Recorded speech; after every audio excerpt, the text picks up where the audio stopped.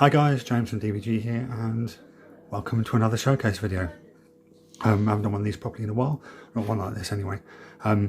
This is my latest job that I've just completed. It is a bolt action British airborne force. Sorry, excuse me. Everything is Warlord Games. The stuff in the middle is the fantastic plastic kit, which is one of the best plastic kits Warlord Games have done, specifically for the British. So yeah, there's plastic guys there. Then over here we have a mortar, Vickers machine gun, 6-pounder anti-tank gun on my standard CD basing technique. We have the recce jeep with trailer, so it can use to transport this 6-pounder. Down the bottom here we have a sniper team that you can't quite see because my lighting is still atrocious. Anyway, this is a sniper team. This is a light mortar team. We have a flamethrower team. And then we move across. We have the metal command team. We have a medic, an officer with the, I'm going to show you this, with the focus, there we go, with a hunting horn, made famous by Anthony Hopkins in the film A Bridge Too Far. Another officer there, and a radio operator. We have a second command team there because this is a 2-platoon force. And then if we look at the guys, we have 3 units with rifles and 2 units with SMGs. Every unit has a Bren light machine gun. So you've got 1 unit that stays back and provides a lot of firepower, and 2 units for assaulting and capturing ground. If we go over here, excuse my wine glass, we have a spotter team here, and this guy is really fun. This guy, focus, there we go. This guy has a telescope. And this guy has just a pair of binoculars, both armed with stens. We have a Piat team there. Then we have the 17-pounder anti-tank gun, which was only landed by glider. And at the back, we have the Churchill infantry tank. So let's, oh pardon me, let's have a closer look at some of these bad boys. We'll start with this, the 6-pounder. There we go, we're going to focus. As you can see, it's my standard CD base. You just cover the hole with some tape. These are twigs from my garden, and then we've got the flocking and the flowers, and a nice stack of ammo crates at the back there. This is thankfully one of the easiest metal guns to put together from Warlord Games. It's not like the Africa Corps Pack 38, which is an absolute dog to build. Absolute dog. Right.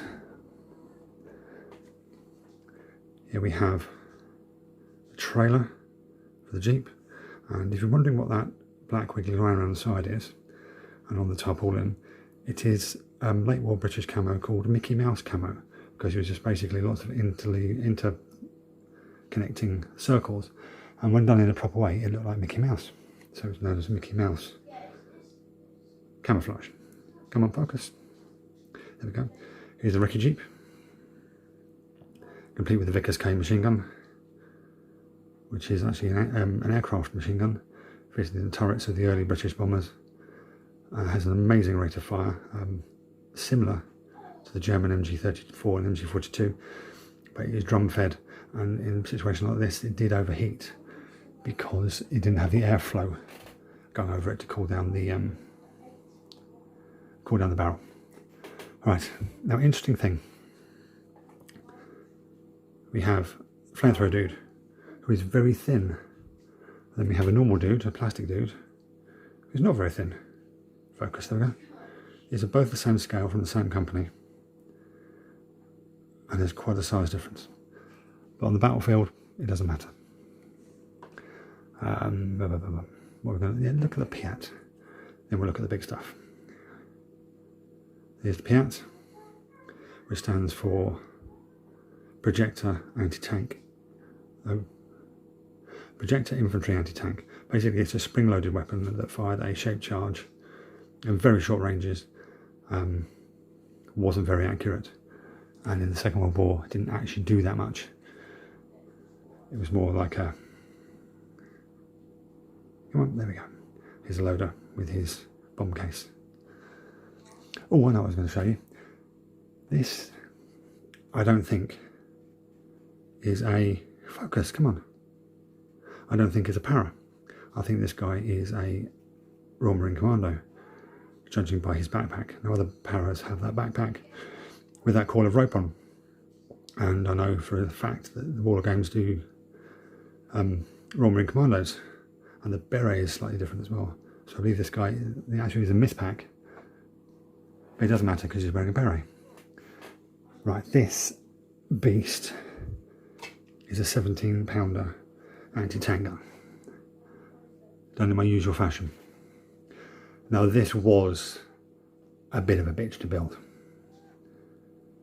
and again done exactly the same way as a 6-pounder on the CD. Fill the holes, stick the people down, put some filler around, put your modelling sand down, then put your tufts and your grass, and away you go. And this is an absolutely deadly weapon. Not very many were put in action for the airborne because they were so difficult to transport to the battlefield to the airborne, only used by glider troops. And last but not least, we have the Churchill. This is a Mark IV with the cast hull, cast turret. I had a choice of which one to build. Let's see if I can get a light. I had a choice of which one to build, so I chose this one. It is armed with the 6-pounder anti-tank gun, which is in game terms exactly the same as a 75, which the Churchill was also armed with. It has a whole machine gun and a coaxial machine gun. And there you go. An interesting thing about these, as well as being infantry tanks, which meant they were very slow, they're very good at climbing hills. And there was an incident in North Africa where they were first successfully deployed, where there was a group of Germans behind a ridge, and every time the infantry attacked they were cut to pieces by machine guns and mortars. Then one night 2 of these decided to go for a jolly up the hill, and they crested the hill, and the Germans and Italians on the other side couldn't believe their eyes when these 2 British tanks crested the hill on top of the ridge and then started machine gunning and shelling the German and Italian positions. Totally routed the position because these guys are incredibly good at climbing hills. Very slowly, mind you, a top speed of around 15 miles an hour, if that, but very good at climbing hills. So there we go. That is what I've been working on for the past couple of weeks. Again, I apologise for my speed painting. This did take me literally 2 weeks to build and paint, which this is equivalent of probably a 1250 or 1500 point bolt action army. I may not apologise for the speed that I paint. It's something I've always been able to do. So yeah, this is what I've been working on. I do hope you guys like this. As usual, oh, before I finish, I am going to do another quick video, just concentrating on 2 or 3 of them, just listing the paints I used, because I don't have specific Vallejo paints. I have a large supply of Citadel paints, because obviously I started on 40k and fantasy. So I have a large selection of Citadel paints with a few select other paints from Revell. So what I'm going to do, I'm going to get a couple of these guys and just show you what paints I used to paint these World War II guys. So if you guys are starting bolt action and only have a select number of paints or paints from a company that you don't think are going to be suitable to do historical stuff, I'm just going to show you which ones I used. Yeah, so without further ado, do go into the link in the description. There's our Patreon. There is links to our 2 sponsors and our 2 affiliates.